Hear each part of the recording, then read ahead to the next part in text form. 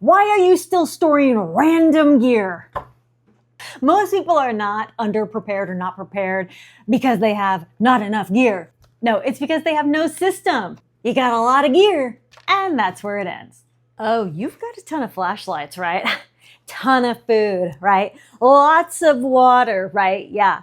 But having it scattered and not really knowing how to rotate or how to make meals from your food or like where your flashlights are, that's not preparedness. That's just having random junk around your house.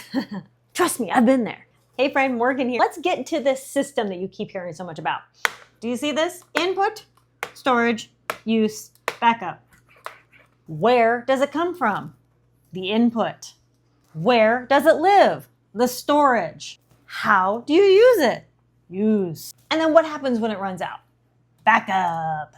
So that's your input. Where's the water coming from? Like, where's your source of water during an emergency coming from? Is it coming from a lake? Is it coming from the tap only, right? You don't have any stored water. Or is it coming from bottles of water? This seems kind of self-explanatory, but where are you storing this stuff? Then what's the use for this water that you're storing?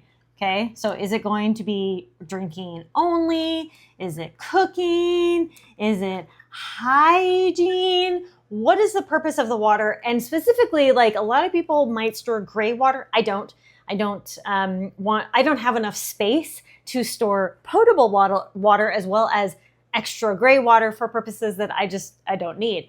But if that's you, what water are you storing and how are you using that water that you're storing? And where's it coming from? See, it's a whole system. But of course, there's always your backup. So you have the input. Where's the water coming from? How is it being stored? How is it being used? And then once this is, done, what's your backup option to this stuff? So like the where is it coming from? Well, maybe it's coming from bottled water right now, but your backup is going to be water purification for rain water. Or maybe your backup is another lake. Like you can have more than one backup, okay? All right, so that was for water. Let's do food. Food. Let's say your input is the grocery. Okay, let's just say that's your main input. You don't have a garden, right? Like you don't really know where to get food from in your community. That's your main source right now. The storage is like where are you storing it?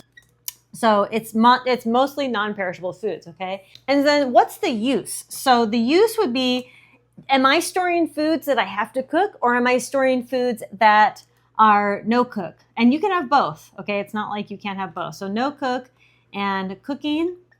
How are you using your foods? Okay, so like canned foods you can eat straight out, but rice, I gotta cook, right? So then the backup, usually like you might have some canned foods, okay?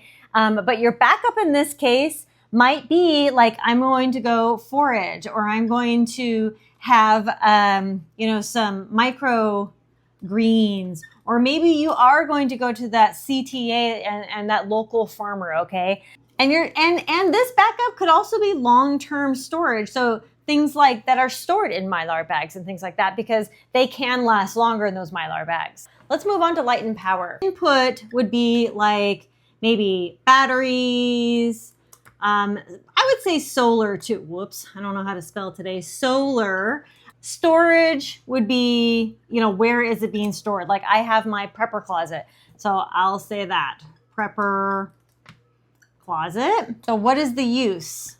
I have lanterns. I have candles. And I have all kinds of things, okay? That's what I'm going to be using in those emergency disasters.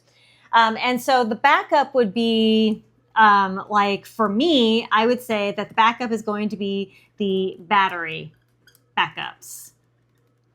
The solar battery backups that I have. I have a ton of them, the solar battery backups. I love them.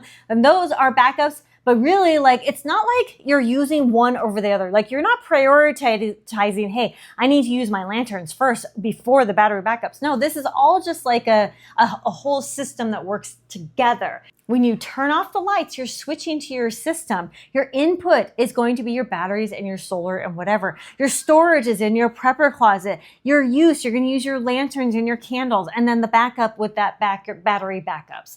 This is telling you very clear as day what to do. The next one is sanitation, in case you couldn't read my chicken scratch.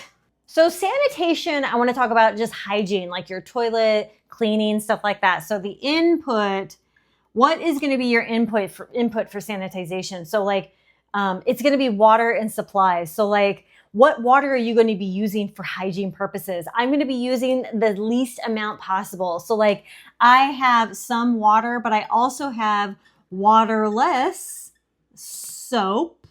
Okay. And storage, I actually have all this in like bin 20 or whatever it is. I don't know if that's the exact number. Use for these things. So like another input for me would be the bucket toilet. Okay. So the other use for this would be hygiene.